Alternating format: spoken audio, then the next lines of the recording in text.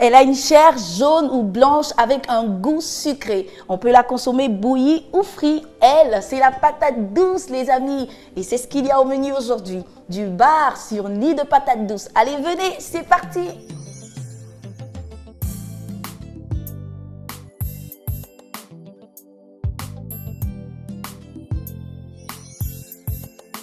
Pour cette recette, il nous faut de la patate douce, du poisson bar qu'on appelle communément poisson soso, de la farine, du sel et de l'huile d'inor pour la friture. On commence d'abord par éplucher nos belles patates douces.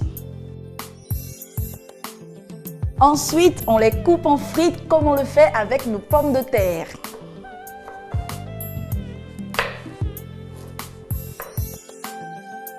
On va maintenant faire frire nos patates douces et l'huile que je préfère utiliser pour mes grillades, c'est l'huile d'inor.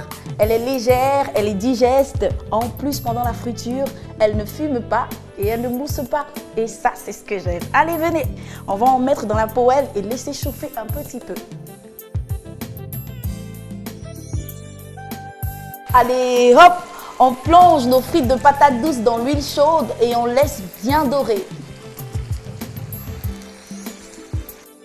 Voilà, là c'est parfait avec cette belle couleur. On va retirer nos patates de l'huile et laisser égoutter sur du papier absorbant. On réserve nos frites de patates douces et on passe à notre poisson bar. Le poisson bar qu'on appelle tous poisson soso. On va l'assaisonner avec un peu de sel.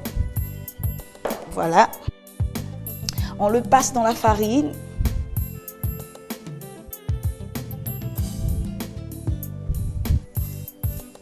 Et c'est parti pour la friture dans de l'huile d'inor qui, en plus d'être légère, contient de la vitamine E et A.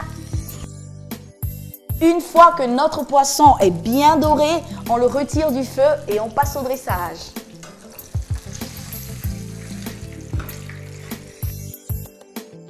Pour faire du bar sur nid de patates douces, il nous faut 4 patates douces, du bar, de la farine, du sel et de l'huile d'inor pour la friture.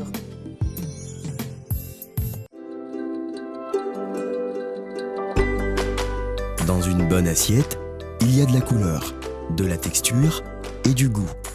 Le choix des ingrédients est essentiel et surtout, il vous faut une huile de première qualité qui ne laisse pas d'arrière-goût ni de dépôt sur vos plats.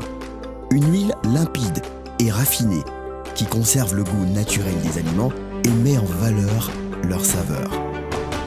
La qualité d'Inor, ça se voit.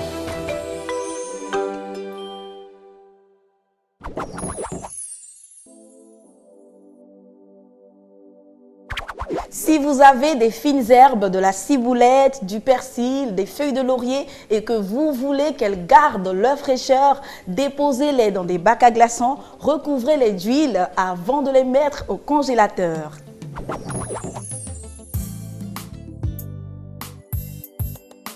Le bar sur nid de patates douces est une recette super facile que je vous invite à reproduire, les amis. Allez, bon appétit et à très bientôt avec Cordon Bleu TV.